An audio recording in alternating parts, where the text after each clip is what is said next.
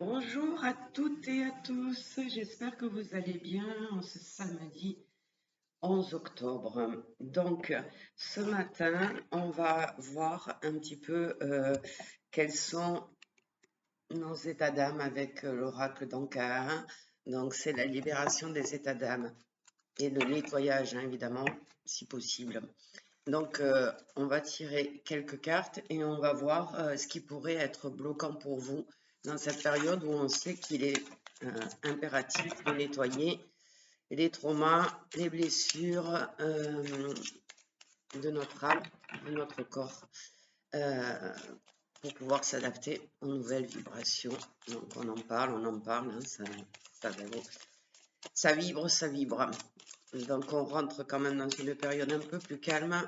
C'est pas fini, hein, mais on va rentrer dans une période un petit peu plus calme, mais où on nous demande évidemment. Ah, il y en a une, elle tombe. Il y a un moment où c'est une période plus calme, mais où il va falloir nettoyer un petit peu tous nos anciens schémas, tous nos blocages pour pouvoir avancer et se diriger vers la lumière et le chemin de vie. Alors, hop là, ça tombe. Hein. Hop.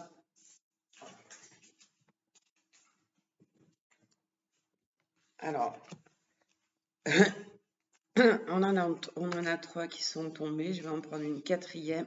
Alors, ça pourra certainement pas parler à tout le monde, on est d'accord, hein. C'est un tirage avec pas beaucoup de cartes. Pour avoir vraiment ces blocages, etc., il faut vraiment le faire en individuel, se connecter à l'âme, se connecter aux énergies de la personne pour pouvoir voir ce qui se passe et d'où ça vient. Donc là, on va parler, on va voir ce qu'elle nous donne. Elles n'ont pas l'air de nous donner beaucoup. Elles n'ont pas envie de sauter.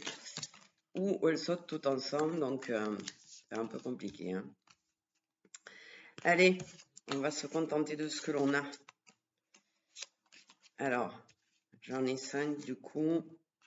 Alors, j'ai le premier blocage qui pourrait y avoir, des blocages d'âme, hein, d'état d'âme, ça serait les colères passées.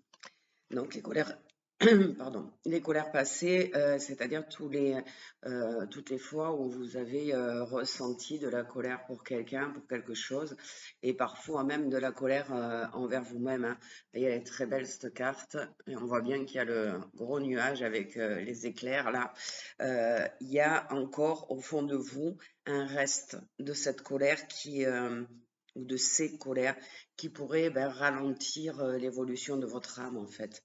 Il faut arriver à dépasser tout ça et se dire que c'était sur notre chemin. Il y avait forcément une raison pour laquelle vous avez vous avez ressenti cette colère et maintenant elle n'a plus lieu d'être. Alors, en retournant les autres cartes, on a vu j'ai le lien avec le père. Hein.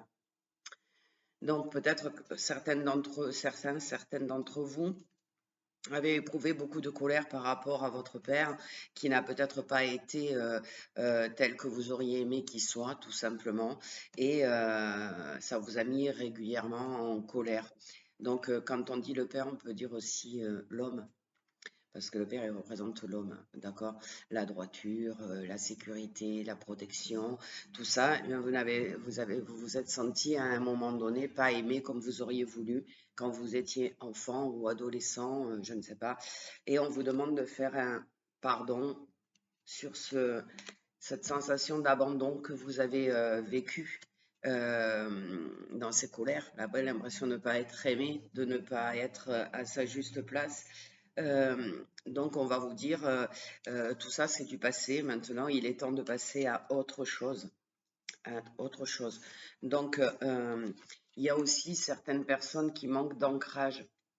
Ça, c'est très très important, surtout avec les vibrations que nous avons aujourd'hui. Donc, on nous parle de visualisation. Donc, visualisation sur l'ancrage, c'est faites des méditations.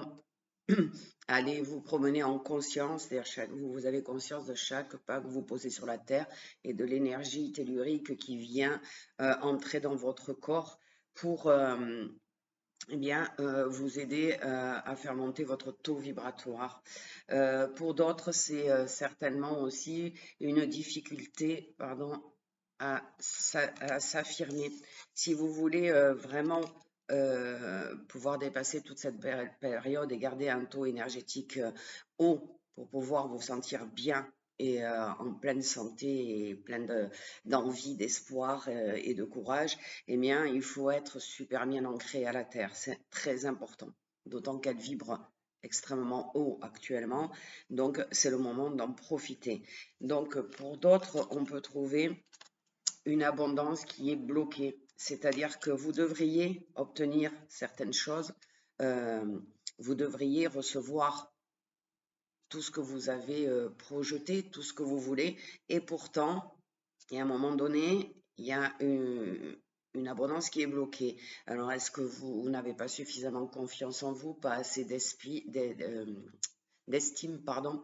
Est-ce que vous avez la sensation que vous ne méritez pas, que vous n'avez jamais eu l'abondance dans votre vie, que vous n'aurez jamais l'abondance, qu'il faudra toujours se battre pour obtenir quelque chose? Alors oui, il y a des destins plus ou des karmas plus durs les uns que les autres, mais l'abondance, elle peut arriver quand on estime qu'on est digne de la recevoir, que c'est le bon moment maintenant, qu'on a beaucoup travaillé sur nous, qu'on a beaucoup travaillé dans la vie tout simplement, et qu'il est temps que l'abondance arrive dans notre vie comme une sorte de récompense. D'accord? Et on a aussi le non-droit au bonheur. Il y a certaines personnes qui ont comment, la croyance qu'ils n'ont pas droit au bonheur, que leur vie est toujours compliquée, qu'il n'y a jamais rien qui arrive comme elles voudraient. Et elles ont acté à un moment donné dans un trauma, dans une situation difficile, à un moment qu'elles ont traversé, que de toute façon, le bonheur, c'était pas pour elles. Alors, ce qu'il faut retenir surtout, c'est que le bonheur, il n'existe pas vraiment. Ce sont des petits moments de bonheur que nous avons dans notre vie. Le bonheur installé comme ça dans notre vie tout le temps, ça n'existe pas.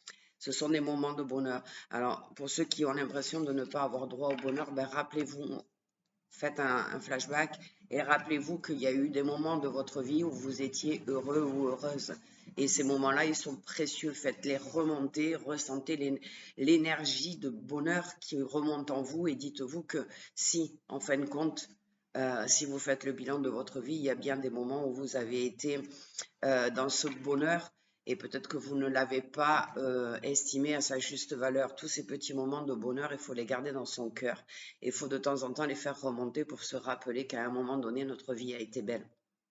Si on estime qu'aujourd'hui, on n'a pas droit au bonheur et que c'est difficile depuis quelques mois, voire quelques années, eh bien, dites-vous bien que le bonheur, il peut revenir à condition d'en avoir vraiment envie et d'être attentive à tous ces petits moments où il y a un éclat de rire, où il y a une discussion avec un ami, une amie, où il y a quelque chose qui arrive dans notre vie et qui nous fait plaisir, eh bien c'est ça le bonheur. Donc ne vous condamnez pas en vous disant que vous n'avez pas droit au bonheur.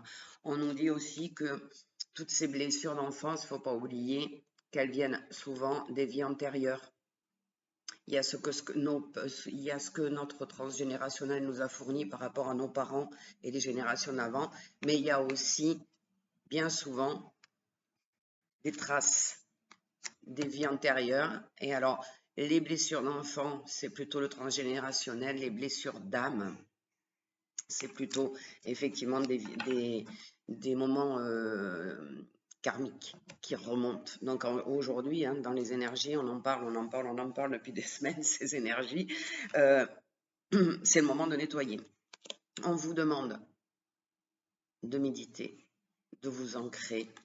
On vous demande surtout de ne pas fuir vos problèmes, de les regarder avec du recul, de un peu plus haut et surtout, mais surtout, arrêtez de vous auto-saboter. D'accord? Arrêtez de vous critiquer, de vous dévaloriser. On vous dit pardonnez-vous. Vous voyez, il y a le pardon non accordé. Alors, c'est pas aux autres, c'est vous-même. Hein. Vous voyez qu'il y a les menottes, on est menotté comme ça. C'est nous qui ne nous pardonnons pas de ce qu'il s'est passé, des décisions qu'on a prises, pardon, et qui aujourd'hui s'avère que c'était pas forcément des bonnes décisions. Mais ces décisions, au moment où vous les avez prises, elles étaient la meilleure décision. Alors si quelques années après, c'est plus la même chose, ben, c'est parce que votre vie a changé, le monde a changé, etc. Donc ça, on ne peut pas s'aligner. Une décision ne peut pas être bonne toute notre vie, en fin de compte. Donc on vous dit posez vos intentions.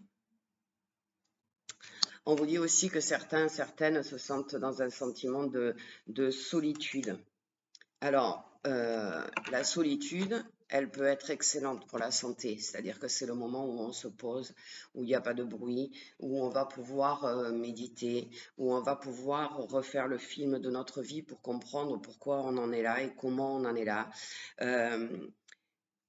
Si c'est une solitude imposée, c'est-à-dire que vous ne vous sentez pas bien dans cette solitude, eh bien, sortez, rencontrez des gens. Vous verrez que vous n'êtes jamais seul. D'abord, de toute façon, vous avez vos guides, les personnes qui sont parties trop tôt, vous avez vos anges gardiens, vous avez votre âme. Vous n'êtes jamais, jamais seul. Il suffit juste de le comprendre. On n'est jamais seul. Et j'ai envie de dire, vous avez envie de parler à quelqu'un, parlez à vos guides. Tout simplement, ils vous entendent, ils vont vous répondre sur une forme de synchronicité, sur une petite phrase qui va venir dans votre tête, une intuition, etc., etc. Donc, on vous dit en gros,